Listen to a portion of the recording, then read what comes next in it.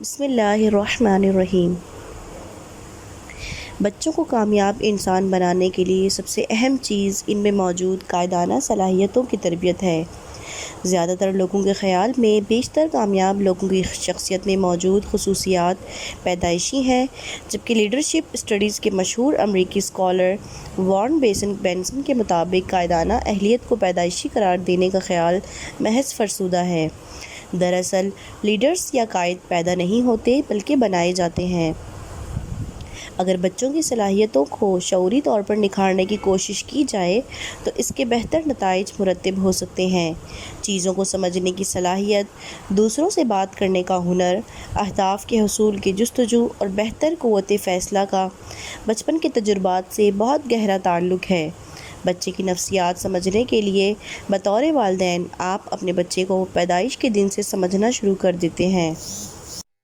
بلا شبہ ایک ذمہ دار والدین کی حیثیت سے یہ آپ کے لیے سب سے ضروری بات اور اہم ہے۔ دانت کے درد سے لے کر پیٹ کے درد تک اور بچے کے پوترے بدلنے سے لے کر لڑکپن کے مسائل تک بچوں کو سمجھنا آسان نہیں ہوتا۔ وہ ہر بار ایک نئے امتحان کی طرح ہوتا ہے۔ بچوں کی بہتر پرورش کے لیے انہیں سمجھنا ایک انتہائی ضروری عمل ہے۔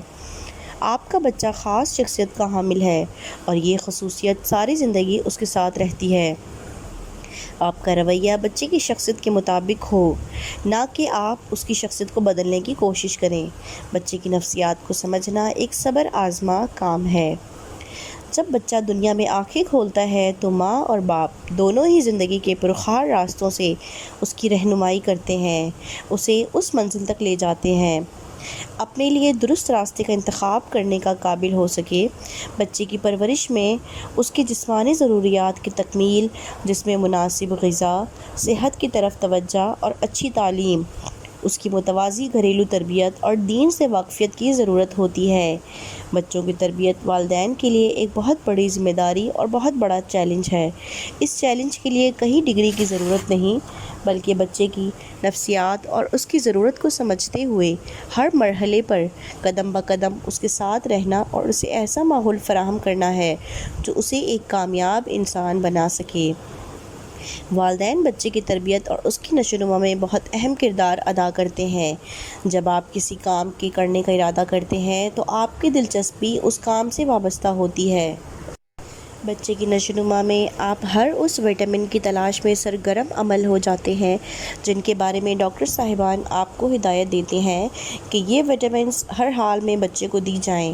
آپ کی والدہ آپ کو یا آپ کی اہلیہ کو مشورہ بھی دیتی ہیں کہ بچوں کو چکن، آلو یا ابلا ہوا دیسی یا فارمی انڈا دیا جائے، جبکہ کسی دوسرے عزیز یا شخص کے مطابق یہ اشیاء بچے کے لیے الرجی کا سبب بن سکتی ہیں۔ بہرحال جتنے منہ اتنی باتیں۔ دانش مندی کا تقاضا یہ ہے کہ آپ عزیز یا دوست یا احباب کی ہدایت پر عمل کرتے ہوئے ڈاکٹر کی ہدایت پر عمل کریں، کیونکہ عام لوگوں کے مقابلے میں ڈاکٹر کی رائے زیادہ مستند ہے۔ فطری طور پر والدین کو جو پیار اور محبت اپنے بچوں سے ہوتی ہے وہ اپنی جگہ بہتر ہے، اسی لیے ڈاکٹر جو طور طریقے بچوں کی حفاظت کے ضمن میں بتاتے ہیں وہ زیادہ بہتر ہیں۔ بچوں کے بارے میں ماں باپ کو جو لیکچر ٹی وی وغیرہ سے پر دیے جاتے ہیں وہ ان سے فائدہ نہیں اٹھاتے، حالانکہ جو شک و شبہات والدین کے ذہن میں ہوتے ہیں اکثر وہ کتابوں کو پڑھنے یا لیکچر کو سننے کے بعد دور ہو جاتے ہیں۔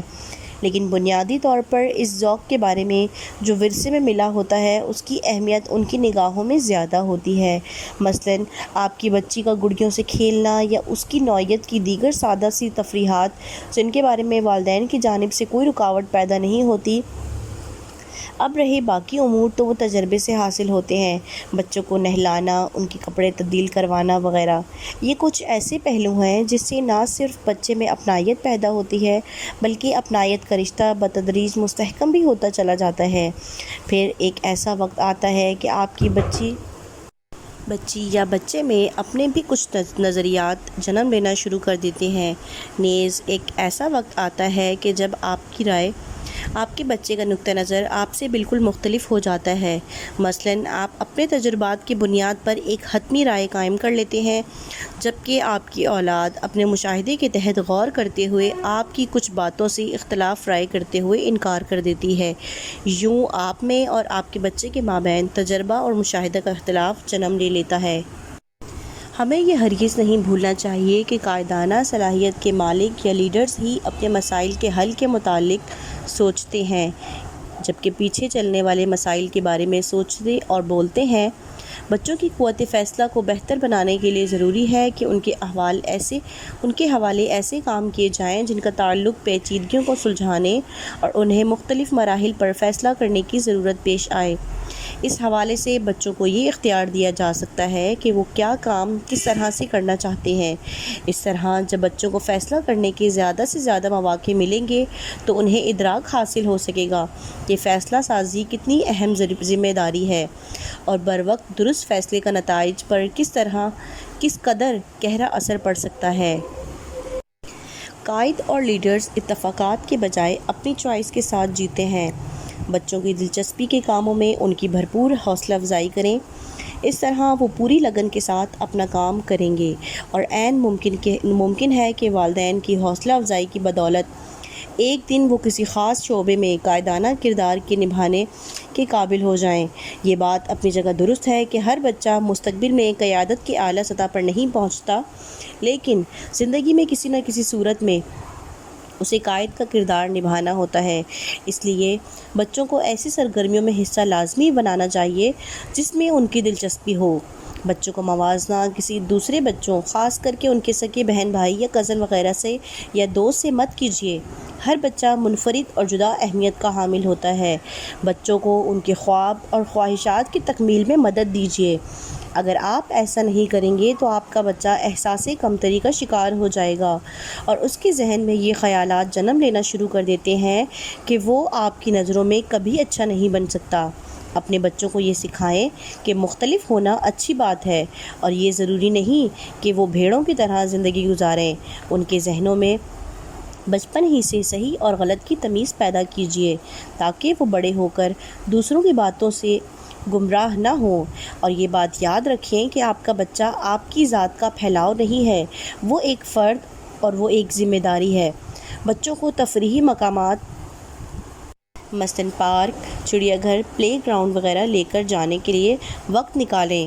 ان کے اسکول کی تقریبات میں ان کی حوصلہ افزائی کے لیے حصہ لیجیے اور ہوم ورک کرنے میں ان کی مدد کیجیے۔ بچے یہی چاہتے ہیں کہ آپ خود دیکھیں گے کہ آپ کی موجودگی میں بچے کس قدر عمدہ کارکردگی کا مظاہرہ کرتے ہیں۔ جزاک اللہ خیرہ۔